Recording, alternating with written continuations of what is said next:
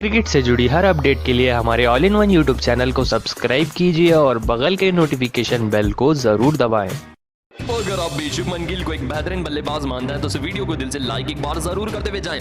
दोस्तों, भारत और न्यूजीलैंड के बीच में इस टी20 श्रृंखला का दूसरा टी20 मुकाबला शुरू हो चुका है वानखेड़े के तूफानी मैदान पर। दोस्तों, बारिश के कारण टॉस को लगभग 2 से 2.5 घंटे डिले किया गया। थोड़े ओवर्स कम कर पहले दिन के खेल को शुरू किया गया भारत बनाम न्यूजीलैंड के दूसरे टेस्ट मुकाबले के लिए। दोस्तों, दोनों कप्तान आमने सामने आए, जहां टॉम लेथम कप्तानी कर रहे हैं केन विलियमसन की जगह न्यूजीलैंड की। ऐसे में विराट कोहली कप्तानी कर रहे हैं भारतीय टीम की। आते ही कप्तान कोहली ने टॉस जीता। ऐसे में दोस्तों सभी को बता दें, न्यूजीलैंड के कप्तान टॉम लेथम ने टॉस हार दिया विराट कोहली के सामने और विराट कोहली ने टॉस जीतकर पहले बल्लेबाजी करने का फैसला किया।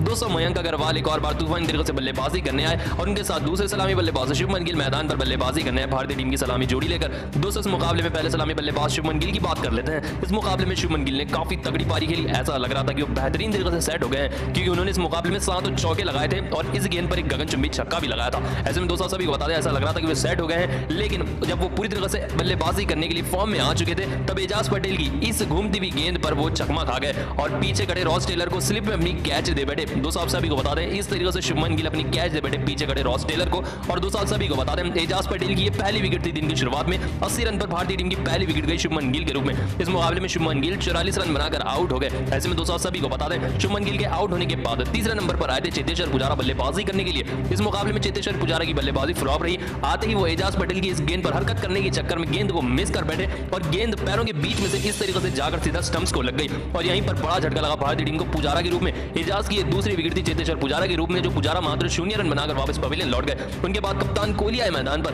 दोस्तों, कोहली से बड़ी उम्मीद थी, क्योंकि वो अपना पहला टेस्ट खेल रहे थे श्रृंखला का। ऐसे में आधे एजाज पटेल की इस गेंद को पढ़ नहीं पाए और गेंद लगी सीधा पैड्स और बल्ले के बीच में। ऐसे में जैसे एजाज ने अंपायर से अपील की तो अंपायर ने डिसीजन को आउट दिया, लेकिन कोहली ने रिव्यू लेने का फैसला किया। अब थर्ड अंपायर के पास डिसीजन गया। दोस्तों, सभी को बताते लगभग 15 मिनट लगे इस डिसीजन को देखने के लिए। अंत में फिर भी कोई नतीजा नहीं आ रहा था, डिसीजन पर कोई भी पहुंच नहीं पा रहा था। ऐसे में थर्ड अंपायर ने कहा कि आप जो डिसीजन रखे हैं वही डिसीजन रखिए, तो अंपायर ने इसे आउट करार दिया और कप्तान कोहली की विकेट मिली न्यूजीलैंड को सिर्फ और सिर्फ 0 रन पर। एजाज पटेल की ये तीसरी विकेट थी पहले दिन की। ऐसे में दोस्तों सभी को बता दें, 3 विकेट जाने के बाद भी मयंक अग्रवाल ने अपनी तूफानी बल्लेबाजी का दम बरकरार रखा और वो इकलौते ऐसे बल्लेबाज थे जो संघर्ष कर रहे थे न्यूजीलैंड के गेंदबाजों के आगे। इस मुकाबले में देखते ही देखते मयंक अग्रवाल ने बेहतरीन अर्धशतक ठोका। काबिल तारीफ बल्लेबाजी की इस मुकाबले में। दोस्तों, सभी को बता दें, मयंक अग्रवाल पहले सलामी बल्लेबाज थे जिन्होंने इस मुकाबले में तूफानी अर्धशतक ठोका दिन के पहले दिन के खेल में। ऐसे में कोहली के आउट होने के बाद नंबर 5 पर आए थे श्रेयस अय्यर बल्लेबाजी करने के लिए। इन्होंने भी मयंक अग्रवाल का बाखूबी साथ दिया और दोनों के बीच में 50 रनों की साझेदारी भी हुई पहले दिन के खेल में।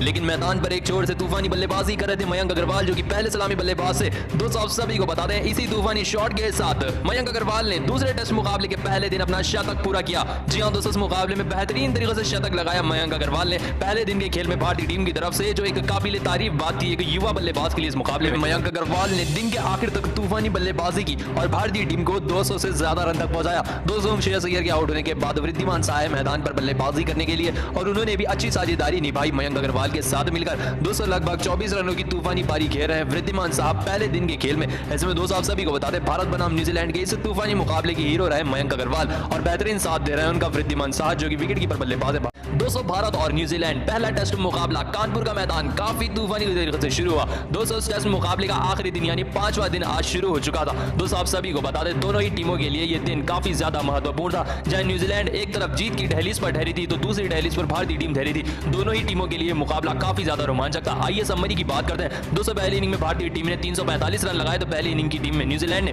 256 रन लगाए। तो भारतीय टीम ने अपनी दूसरी इनिंग को 234 रन पर डिक्लेयर किया और भारतीय टीम ने न्यूजीलैंड को टारगेट दिया इस मुकाबले को जीतने के लिए 284 रन का। ऐसे में 5वें दिन इतने रन के लक्ष्य का पीछा करने उतरी न्यूजीलैंड की टीम। न्यूजीलैंड की तरफ से बल्लेबाजी कर रहे थे पहले सलामी बल्लेबाज टॉम लेथम और उनके साथ बल्लेबाजी कर रहे थे सोमरवेल। दोस्तों, आप सभी को बता दें, शुरुआत में 36 रनों की अच्छी पारी खेली सोमरवेल ने। ऐसा लग रहा था कि वो अपनी छोटी पारी को बड़ी पारी में जरूर तब्दील करेंगे, लेकिन ऐसा हुआ नहीं। इस शॉट गेंद पर उमेश यादव की पीछे खड़े शुभमन गिल को तूफानी कैच दे बैठे सोमरवेल। दोस्तों, इस मुकाबले में सोमरवेल की सबसे पहली विकेट गई दिन के शुरुआत में, जो 36 रन पर गई। उमेश यादव ने उनकी विकेट निकाली, उनकी कैच शुभमन गिल ने पकड़ी। तो उसके बाद टॉम लेथम, जो कि पहले सलामी बल्लेबाजी कर रहे थे मैदान पर, इन्होंने एक बेहतरीन पारी खेली और अपना तूफानी अर्धशतक पूरा किया अपनी तूफानी बल्लेबाजी से। दोस्तों, इस मुकाबले में 52 रनों की तूफानी पारी खेली टॉम लेथम ने, लेकिन जब अश्विन उनके सामने गेंदबाजी करने आए तो इस तरह से बड़ा शॉट खेलने के चक्कर में वो भी गेंद का इनसाइड एज लेकर आउट हो बैठे। ऐसे में बोल्ड हो गए अश्विन की गेंद पर टॉम लेथम 52 रन बनाकर और यहीं पर बड़ी विकेट मिली भारतीय टीम को टॉम लेथम के रूप में। उनके बाद रॉस टेलर भी बड़ी पारी नहीं खेल पाए मैदान पर आकर।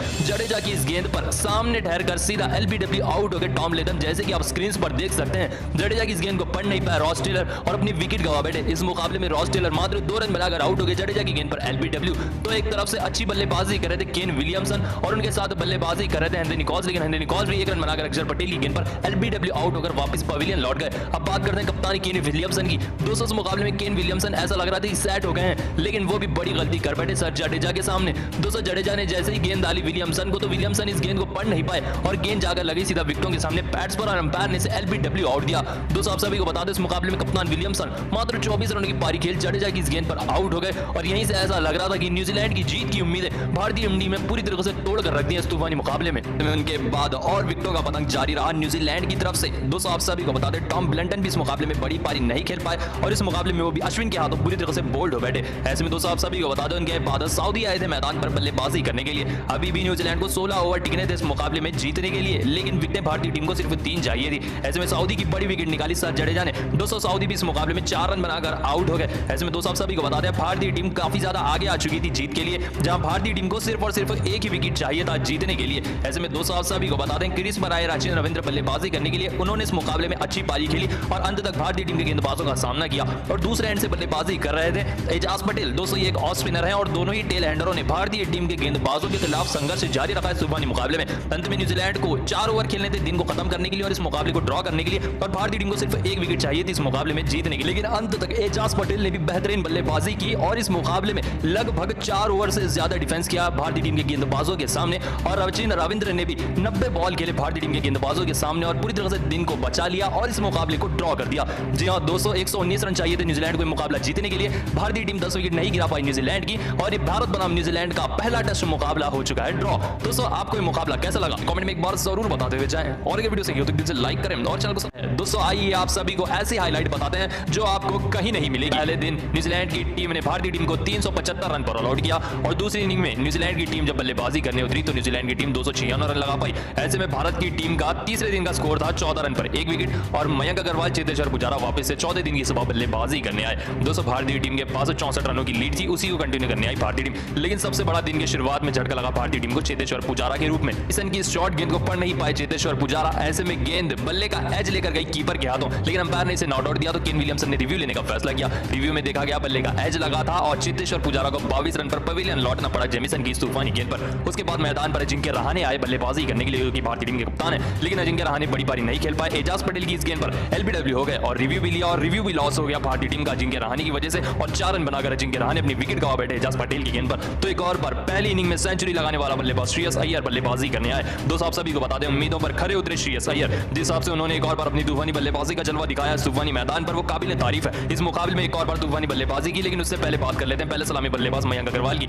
जो पारी अच्छी खेल रहे थे, लेकिन 17 रन पर सऊदी की इस गेंद पर पीछे का एक फील्डर को एज देकर मयंक अग्रवाल भी 17 रन बनाकर आउट हो गया और 51 रन पर 4 बड़े विकेट चले गए थे भारतीय टीम के। उसके बाद श्रेयस अय्यर का साथ देने सर जडेजा है, लेकिन ये भी बड़ा झटका लगा भारतीय टीम को। दोस्तों सऊदी की इस गेंद को पढ़ नहीं पाए सर जडेजा और पैड्स पर लग गई गेंद। ऐसे में दोस्तों आप सभी को बता दें जडेजा ने भी रिव्यू लिया और ये भी रिव्यू भारतीय टीम के लिए खराब साबित हुआ। जडेजा मात्र 0 रन बनाकर आउट हो गए। ऐसे में भारतीय टीम के रिव्यू भी समाप्त हो गए। उनके बाद अश्विन ने एक अच्छी पारी खेली। दोस्तों आप सभी को बता दें इस मुकाबले में अश्विन ने 32 रनों की पारी खेली, वो जेमिसन की गेंद पर बोल्ड होकर आउट हो बैठे। तो आइए आप बात कर लेते हैं श्रेयस अय्यर की। दोस्तों इस मुकाबले में श्रेयस अय्यर ने एक और बार अपनी बेहतरीन बल्लेबाजी का जलवा दिखाया और तूफानी अर्धशतक ठोका। 265 रन की पारी खेली श्रेयस अय्यर ने इस मुकाबले में, लेकिन सऊदी की इस शॉट गेंद पर पीछे शॉट खेलने के चक्कर में पीछे खड़े फील्डर को यानी विकेट कीपर को कैच दे बैठे। जब रिव्यू में देखा गया तो बल्ले को एज लेकर जा रही थी गेंद, जिसमें श्रेयस अय्यर को 65 रन पर वापस पवेलियन जाना पड़ा और यहीं पर 7 बड़े विकेट चले गए भारतीय टीम के 167 रन पर। ऐसे में उसके बाद साहा ने भी अच्छी बल्लेबाजी की। दोस्तों आप सभी को बता दें वृद्धिमान साहा है मैदान पर बल्लेबाजी कर भारतीय टीम को इस मुकाबले में एक और बार कमबैक कराया वृद्धिमान साहा ने।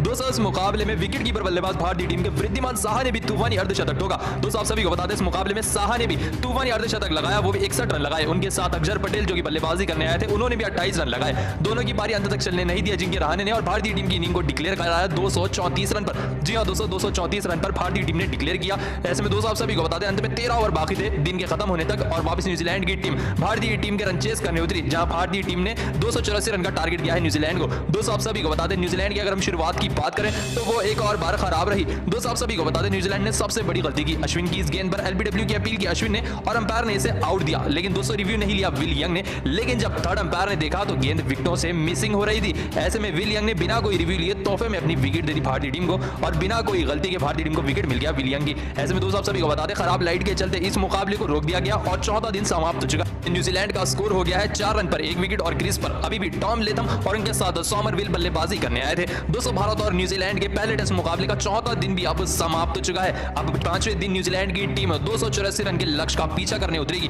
दोस्तों पूरी समरी आपके सामने है, जैसे कि आप देख सकते हैं। पांचवें दिन न्यूजीलैंड को जीत के लिए चाहिए 280 रन। जी हाँ दोस्तों, इस टेस्ट मुकाबले के आखिरी दिन न्यूजीलैंड को भारतीय टीम को हराने के लिए 280 रन जैसा बाहर जैसा लक्ष्य चेस करना है और देखना यह होगा कि क्या न्यूजीलैंड इतना रन चेस कर पाती है या भारतीय टीम के सभी गेंदबाज न्यूजीलैंड के सभी विकेट्स ले सकते हैं और न्यूजीलैंड को ऑल आउट कर इस तूफानी मुकाबले को अपने नाम कर सकते हैं। दोस्तों आपको क्या लगता है कौन सी तरफ ये पहला मुकाबला झुकेगा? इसका जवाब हमें कमेंट में एक बार जरूर बताएं। दोस्तों भारत बनाम न्यूजीलैंड की इस टी20 श्रृंखला का पहला टेस्ट मुकाबला काफी बेहतरीन तरीके से जा रहा है, जहां दोनों ही टीमें आमने सामने आई हैं और दोनों ही टीमें काफी ज्यादा जोश में नजर आ रही हैं। दोस्तों आप सभी को बता दें न्यूजीलैंड की तरफ से बल्लेबाजी बेहतरीन हुई तो वहीं अजिंक्य रहाणे ने अपनी कप्तानी से न्यूजीलैंड को पानी पिलाकर रख दिया। दोस्तों आप सभी को बता दें इनके पास न्यूजीलैंड के कप्तान केन विलियमसन भी अच्छी कप्तानी कर रहे हैं। ऐसे में दोस्तों आप सभी को बता दें इस तूफानी लड़ाई में अब देखना यह होगा कि कौन सी टीम अंतिम दिन में विजय बनती है। दोस्तों आप सभी को बता दें भारत बनाम न्यूजीलैंड के पहले टेस्ट मुकाबले का तीसरा दिन आपको बताते हैं। दोस्तों तीसरे दिन के अंत में भारतीय टीम बल्लेबाजी करने आई थी और भारतीय टीम की पहली विकेट गई शुभमन गिल के रूप में, जिनकी विकेट काइल जेमिसन ने निकाली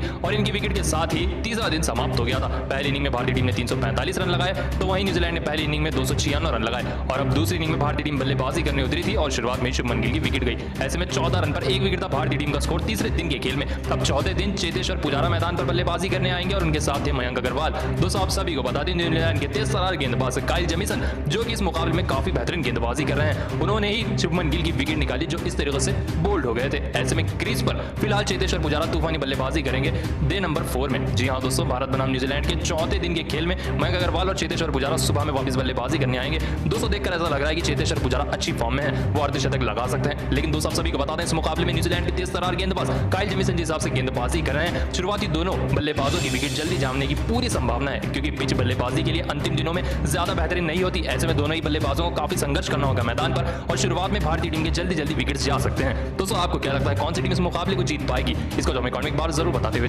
दोस्तों भारत और न्यूजीलैंड का पहले टेस्ट मुकाबले का तीसरा दिन भी समाप्त हो चुका है। दोस्तों जैसे जैसे दिन बढ़ते जा रहे हैं ये टेस्ट मुकाबला काफी ज्यादा रोमांचक होता जा रहा है। तो आइए आप सभी को बताते हैं तूफानी मुकाबले की पूरी हाईलाइट जो आपको कहीं नहीं मिलेगी।